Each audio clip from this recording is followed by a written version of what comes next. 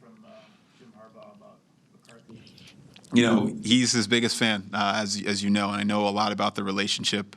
Has been well documented, and obviously I've talked to JJ about it as well. But that guy knows leadership and he knows passion, having been around him. And I know what he looks for in a quarterback, and I'm not surprised that him and JJ had such a connection, and just the positivity that he brings, the culture, all those different things. And then, but from a talent standpoint, I remember when he used to talk about how much he loved Colin and just different things about his skill set and why he liked him and different things like that. So not a surprise, and just the conversation we've had were great. But we got a lot of great feedback. Sharon Moore was great with us. He's like, that's the guy. Trust me, that's the guy. And just a lot of people speak highly of him. You walk in those hallways there.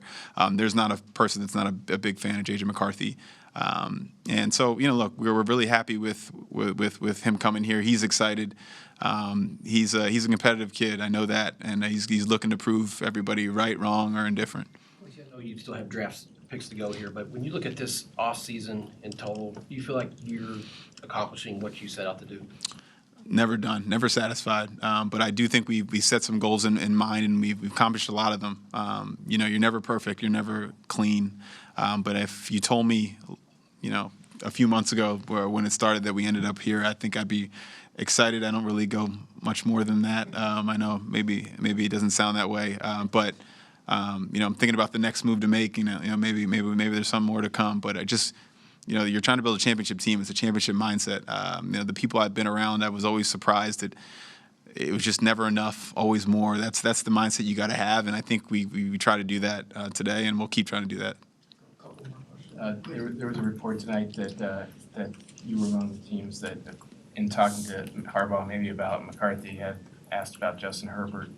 And I know if he's on another team and what the implications thereof, but was acquiring a veteran from another team even amongst the possibilities you guys worked through this offseason? I wish I could tell you as to how much joy we get from seeing the stuff that gets written, even some of the projected trades you had.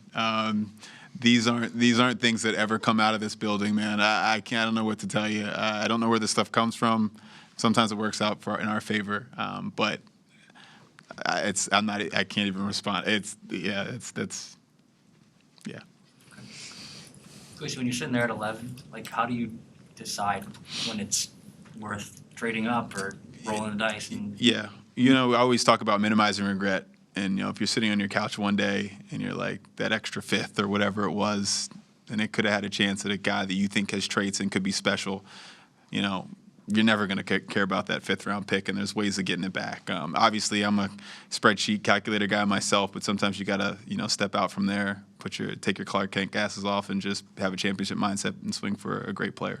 How do you fight, not wanting to do that sooner or, not panicking? Yeah, I just think we had a good sense. Again, it's an opportunity cost for every team in front of us, so we knew how good the players in front of us were. So it's not just like these were hard decisions to make, I'm sure, for the teams that took quarterbacks, because you're talking about, we think, franchise cornerstones at a lot of positions that matter in this draft, in this sport. We happened to end up with one later in the draft, but I think a lot of teams were going through that very decision themselves, and so we were confident that we were going to be in a good spot. But to your point, there's always a surprise. We weren't expecting exactly what happened to happen, so we just had outs.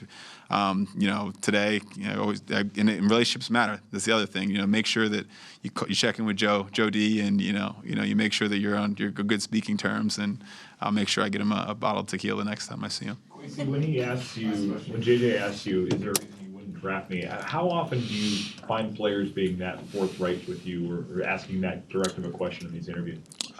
Yeah, we get pretty. I think interviews. I use interviews as a chance to get to know people, not really to evaluate them. So I think some of the questions I ask, we get.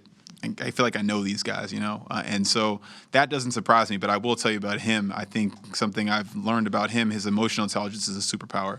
I think it's well documented.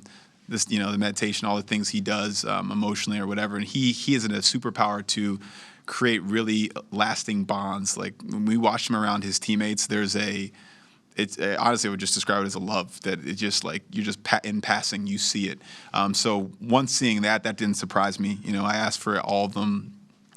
I asked for all of them a question that kind of was reflective of who they are, and he talked about love and different things like that. So for him to be that forthcoming and vulnerable, I think is not surprising at all. It makes him a great leader. Thanks, guys.